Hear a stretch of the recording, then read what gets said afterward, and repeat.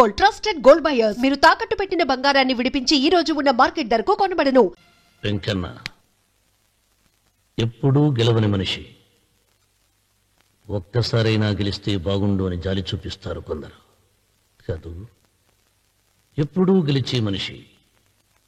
ఈసారైనా ఓడిపోతే బాగుండు అని అసూయపడతారు అందరూ. ఈ రామన్న చౌదరికి ఎన్నడూ ఓటమి లేదు, రాదు.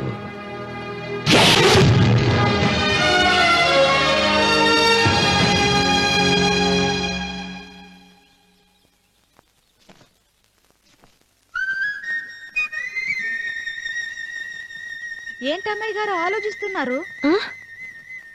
ఆ రోజు పనివాళ్ళ వచ్చాడే, అతని మొహంలో నాకు రాజకళ కనిపిస్తోంది. మరి నా కోసం వచ్చిన అతను నాకెందుకో అతను యజమానేనా అని సందేహంగా ఉంది. బాగా డబ్బున పిల్ల నాకు పెళ్ళంగా రమ్మందని కుళ్ళిపోకండి. కుళ్ళు కాదురా, నీకు నచ్చిన పిల్ల మాట్లాడే మాటలు వింటుంటే ఖచ్చితంగా పరిపిల్లి అనిపిస్తుందిరా. పనివాడిలాగా మాట్లాడతా ఏంటి? కొందరు డబ్బున్న మనుషులు అలాగే మాట్లాడతారు అమ్మాయి గారు. భాష మాత్రమే కాదే, ఆ చూపు ఆ రూపు ఒక్కటి కూడా యజమానిలో లేడు. పొట్టి గుమ్మడికాయలా ఉన్నాడు. మీరేనన్నా చెప్పండి చంద్రబాబు గారు, నేను ప్రేమించిన అమ్మాయి యజమానురాలు, మీరు ప్రేమించిన అమ్మాయి పని మనిషి. ఈ అనుమానాలు ఎందుకురా? ఏదో ప్లాన్ వేసి మనిద్దరం ఒకసారి అక్కడికి వెళ్ళి చూసేస్తే పోలా? ఒకవేళ వాళ్ళు మనల్ని చూస్తే? అవును, ఎలా? ఇబ్బంది లేకుండా మీరు నాలాగా నేను మీలాగా వెళ్దాం. ఏ వెంకమ్మా, వెళ్దాం అమ్మా, వెళ్దాం.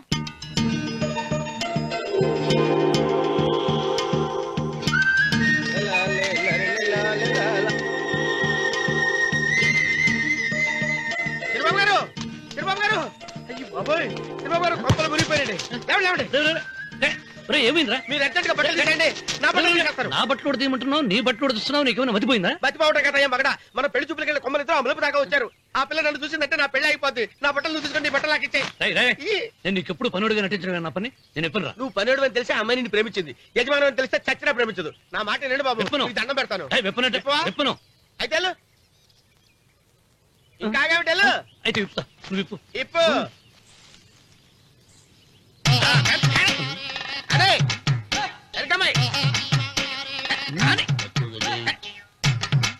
నిన్న నాదే, నేడు నాదే, రేపు నాదే, ఎల్లుండి కూడా నాదేలే. ఏట్రా కళ్ళు కనపట్టలేదా?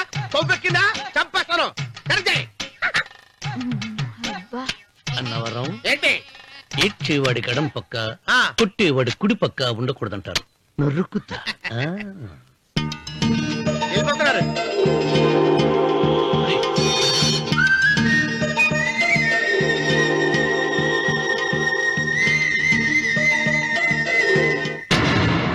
నువ్వే మాకు కొండంత అనుకున్నావు, నిన్నే పిండి పిండి చేసి పారేశాడు. వామ్మో వాయో, ఆ రామన్న చౌదరికి వయసు మీద పడుతుండా ఎంత బలమయ్యా.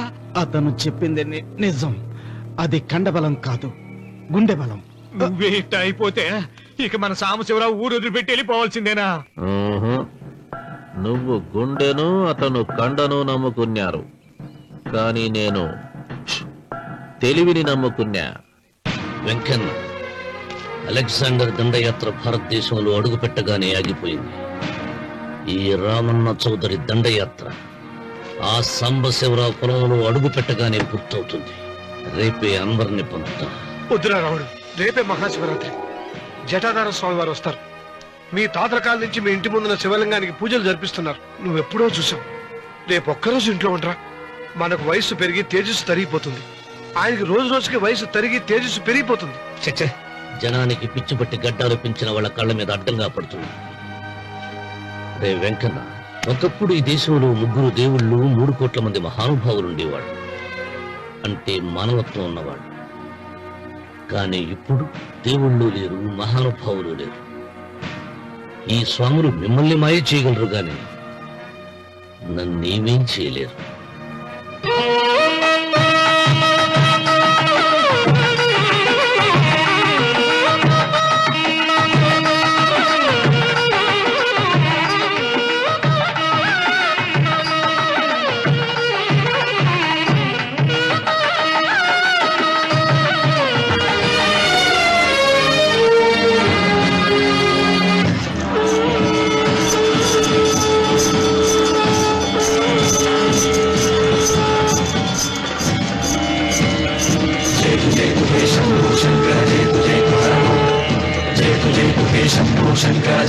జయతు హర ఓం జయతు జయతు హే శంభో శంకర జయతు జయతు హర ఓం జయతు జయతు హే శంభో శంకర జయతు జయతు హర ఓం నాగేంద్రహారాయ త్రిలోచనాయ తస్మాంగరాగాయ మహేశ్వరాయ నాగేంద్రహారాయ త్రిలోచనాయ తస్మాంగరాగాయ మహేశ్వరాయ నిత్యాయ శుద్ధాయ దిగంబరాయ తస్మై నకారాయ నమః శివాయ జయతు జయతు హే శంభో శంకర జయతు జయతు హర ఓం జయతు జయతు హే శంభో శంకర జయతు జయతు హర ఓం నాగేంద్రహారాయ త్రిలోచనాయ తస్మాంగరాగాయ మహేశ్వరాయ నాగేంద్రహారాయ త్రిలోచనాయ తస్మాంగరాగాయ మహేశ్వరాయ నిత్యాయ శుద్ధాయ దిగంబరాయ తస్మై నకారాయ నమః శివాయ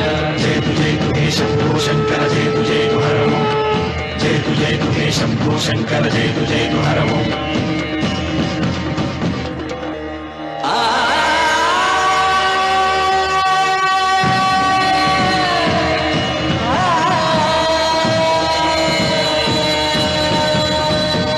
జయతు జయతు హే శంభో శంకర జయతు జయతు హర ఓం జయతు జయతు హే శంభో శంకర జయతు జయతు హర ఓం ఆయన ఏదో చెప్పాలని చూశారు, చెప్పకుండానే వెళ్ళిపోయారు. ఇన్ని సంవత్సరాలుగా స్వామి శివుని తప్ప మానవుడిని కంటితో చూడలేదు. ఆయన మొట్టమొదటిసారిగా మీ కుటుంబం వంక చూశాడు. ఆ చూపుకు అర్థం ఏమిటో నాకు తెలియటం లేదు. నాకెందుకో భయం వేస్తోందమ్మా.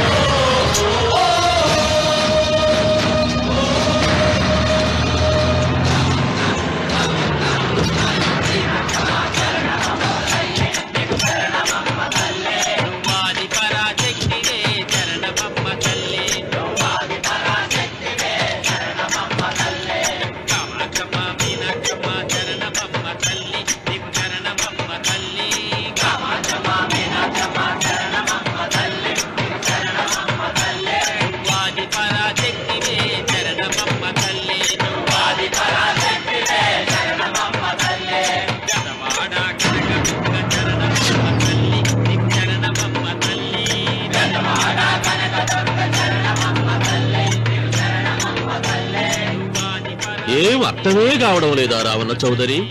నువ్వు చదివింది ఒక్కాకు తమలపాకు, నేను చదివింది పదాకులు విస్తరాకు. నీకీ భూమి సిక్కనే కూడదు. సిక్కకుంటే నువ్వేం చేస్తావో నాకు తెలుసు. సుబ్బారాయుడికి చూపినట్టు తాళిబొట్టు చూపించి గబ్బు లేపుతావు, లేకుంటే ఫైల్ వారికి చేసినట్టు ఎముకల్లోకి సున్నం లేకుండా పిండి లేపుతావు. అదానికి నేనే ముందుగా కొట్టిన గాయం ఏడ ఉందో తెలియని కముకు దెబ్బ. 30 ఎకరాల భూమి నిత్యాన్నదానం కోసం అమ్మవారి దేవాలయానికి రాసేసిన ఈ దేశంలో నేను పోయేదానికి యాకోర్టు లేదు. అదానికి దేవుని కోర్టుకు రాసినా నువ్వు వాటికి రాలేవు. నా 30 ఎకరాలు నాకు దక్కకున్నా పర్వాలేదు, నీకు దక్కకూడదు. నా పొలం ఆక్రమించుకుందామన్న అహంతో పొగరుతో ఇంటికొచ్చినావు. తల దించుకొని తిరిగి దారి పట్టాలి. నీకు ఈ భూమిలో చారుడు మట్టి గుడక దొరకదు రావణ చౌదరి. కావాలనుకుంటే గుప్పెడు బుద్ధ దొరుకుతాది. అది గుడక వాళ్ళ మధ్యలో కూర్చొని తింటే ఎట్లుండోది నా దెబ్బ.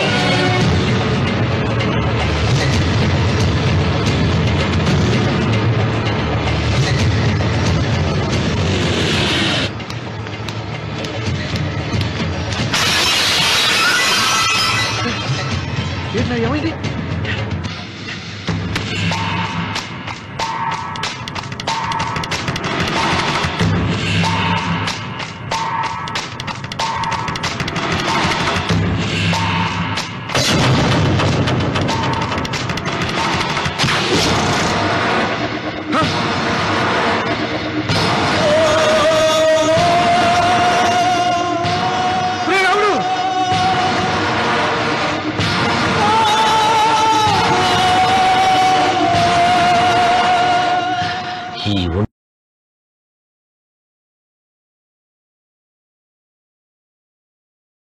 ఒంట్లో ఇంకా రక్తం ఉండగానే, ఈ ఊపిరి ఇంకా పీలుస్తూ ఉండగానే, ఈ గుండె ఇంకా కొట్టుకుంటూ ఉండగానే ఓటమి నా వీపు తట్టింది.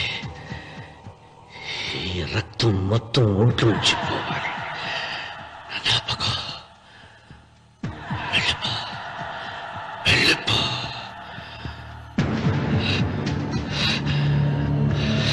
అమ్మా సీతారత్న, అబ్బాయిరా పెళ్లికి వెళ్ళారండి. అయ్యో రే, నువ్వు వెళ్ళి డాక్టర్ తీసుకురా. అయ్యో నీ బుర్రే బుర్రా.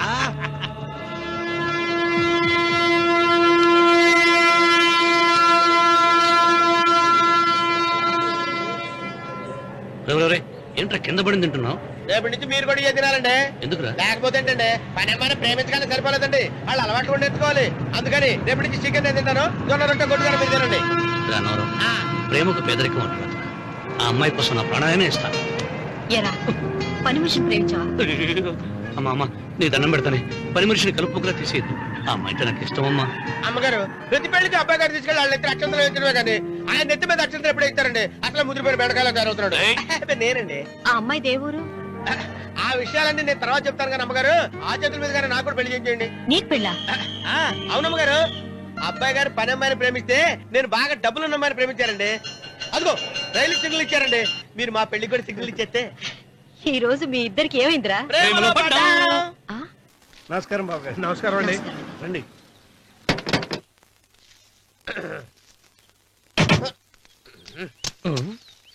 ఏంట్రా అన్నవరం పూజిచ్చి నిలబడ్డావు?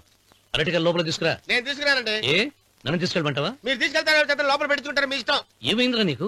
ఏమైందంటారేంటండి, లోపల నా గుండెలకు వచ్చిన ఎంకం ఉందండి. అది నన్ను ఎంత మోసం తెచ్చిందో తెలుసా అండి. ఆ విషయం నేనే మర్చిపోయాను. ఊరే అన్నవరం, తమరు మాత్రం వెంకమ్మను మోసం చేయలే? నేనే మోసం చేశానమ్మా. అదేనమ్మా, 100 ఎకరాల పొలం ఉంది, 200 ఎకరాల పొలం ఉంది అని చెప్పావు కదా. అందుకని నోరు మూసుకుని లోపలికి వచ్చి వెంకమ్మను నాకంటే ముందు నువ్వు పెళ్లి చేసుకో. ఆ తర్వాత రుక్మిణి నేను పెళ్లి చేసుకుంటా. అరటిగా తీసుకురా. నేను రాను. మీరని చెప్పినా నేను రాను. రావా? రాను. అయితే రామన్న చౌదరి గారికి చెబుతా. వద్దు వద్దయ్యో. తీసుకురా. నమస్కారం అండి.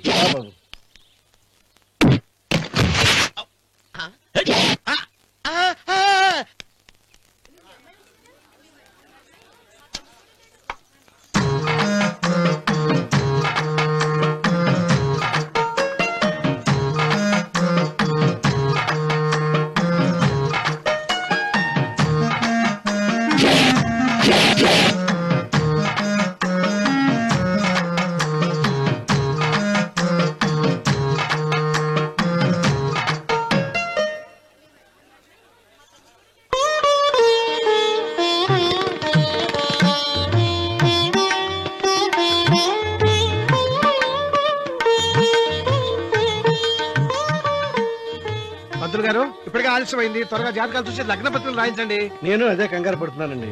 ఇప్పటికే ఆలస్యం అయిపోయింది, మంచి ముహూర్తం దాటిపోతుందేమోనని. మీరు మాత్రం ఏం చేస్తారులేండి. మీ ఊరు నుంచి బయలుదేరి రావాలంటే ఒకవైపు కొండ, ఇంకోవైపు చెరువు, మధ్యలో ఆలయం. ఆలయం లేకపోతే సమయానికి వచ్చి ఉండేవాళ్ళుగా. ఏడముందో తెలియని కవుకు దెబ్బ. 30 ఎకరాల భూమి నిత్యాన్నదానం కోసం అమ్మవారి దేవుడానికి రాసేసిన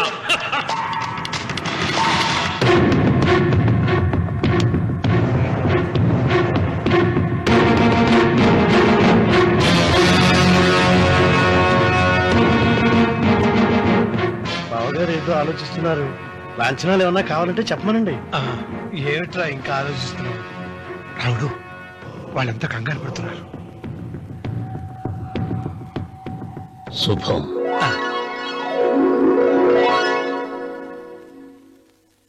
ఏం మాట్లాడుతున్నారు రావణ చౌదరి గారు? ఆలయం కూలగొట్టించి రొట్టేయించాలా? ఇన్ని సంవత్సరాలుగా మన గ్రామం కుగ్రామంగా మిగిలిపోవటానికి రహదారి సదుపాయం లేకపోవడమే కారణం. ఇదిగో 6 మైళ్ల పొడవున రోడ్డు వేయించడానికి ప్లాన్ సిద్ధం చేశాను. దీని మూలంగా నేను 120 ఎకరాల పొలాన్ని పోగొట్టుకుంటాను. అది సరేనండి, మరి ఆలయము? పదవిలో ఉన్న వాళ్ళు ఆలోచించవలసింది ఆలయాన్ని గురించి కాదు, ప్రజల శ్రేయస్సు గురించి. ఒక పక్క కొండ, ఇంకొక పక్క చెరువు, మధ్యలో ఆలయం. దాన్ని పడగొట్టకపోతే ఇంకో 6 మైళ్ల దూరం ఎక్కువ పెరుగుతుంది. అది అమ్మవారి ఆలయము. నోరు లేని అమ్మవారి కంటే నోరున్న జనం గొప్పవాళ్ళు. రోడ్డు లేకపోబట్టి ఈ పల్లెలోని పేద ప్రజలు పండించుకున్న కూరగాయలు పట్టణానికి తీసుకెళ్లలేకపోతున్నారు. వాళ్ళ బాగు కోసం రోడ్డు వేయించి తీరుతాను. దానికోసం ఏమైనా చేస్తాను. ఏం చౌదరి గారు, మీ ఇంటి మొగల శివలింగం ఆన్నే ఉండాలా? దానికి దినాము పూజలు పురస్కారాలు జరుగుతాండాలా? అమ్మవారి దేవళం మాత్రం కూలగొట్టాలనా? మీరు మీ ఇంటి ముందున్న శివలింగాన్ని పీకి పారేయండి, అప్పుడు ఆయన ఒప్పుకుంటాడు. నువ్వు ఈ మాటను అంగీకరిస్తున్నావా? ఒప్పుకోండి సాంబశివరావు గారు, ఈయన శివలింగం జోలికి ఏమాత్రం పోతాడో నేను చూస్తాను. కానీ ఏమి, ముందు శివలింగం పడుగొట్టరి, ఎరుకొచ్చిరి ఆలయం గోడ మీద పలుకు వెయ్యరి.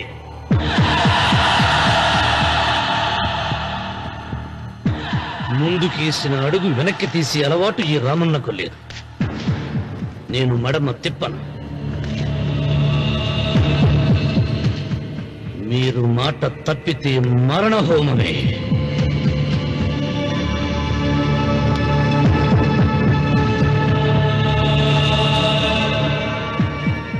ఊపు చూస్తా ఉంటే శివలింగాన్ని పీకి పారేసెట్టే ఉండాడే. అయితే సాంబశివరావు గారి 30 ఎకరాలకు ఎసరే. ఆ ఇంటి ముందుండేటిది మామూలు రాయి కాదయ్యా, మహిమగల శివలింగము. తరతరాలుగా వాళ్ళ వంశాన్ని కాపాడుతాడే దేవుడు. చెయ్యి వెయ్యని తెలుసది.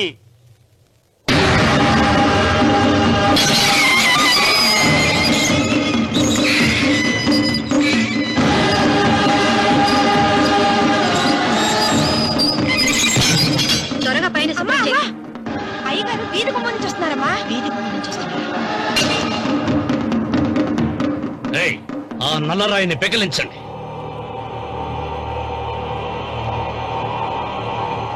ఓ, మీరందరూ హిందువులు.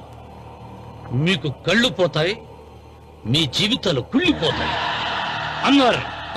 అయ్యా, ముస్లిం అయినా హిందూ అయినా దేవుడు దేవుడే. నేను ఈ పాపం చేయలేను. పాపం? దేవుడి ముందు చేతులు కట్టుకుని నిలబడటమే శాపం రా. నేనే పెకలిస్తాను.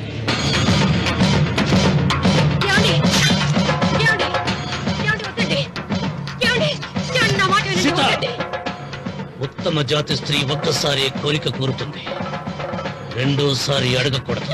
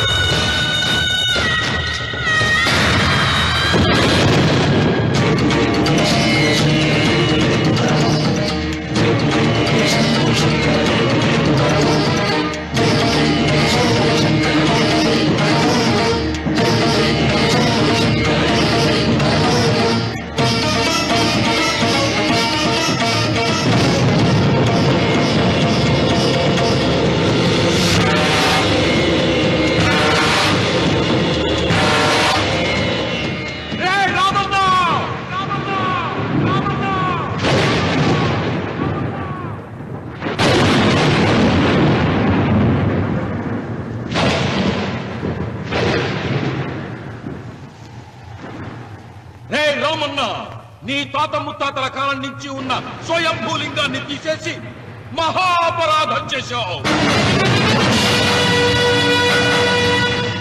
ఏ ఈశ్వరుడు నీ కుటుంబాన్ని వంశాన్ని 3 కళ్ళతో చల్లగా చూస్తున్నాడో ఆ శివుడికి నువ్వు కోపం తెప్పించావు. మాట వేయించడానికి నువ్వే వడివిరా, భగవంతుడే వేయిస్తాడు. అమ్మవారి ఆలయాన్ని నువ్వు తాకలేవు. మళ్ళీ శివరాత్రి నాటికి నీ స్వహస్తాలతో నువ్వు ఆ స్వయంభూలింగాన్ని తీసుకొచ్చి యథాస్థానంలో ప్రతిష్ఠించకపోతే నీ వంశం నిర్వంశమైపోతుంది.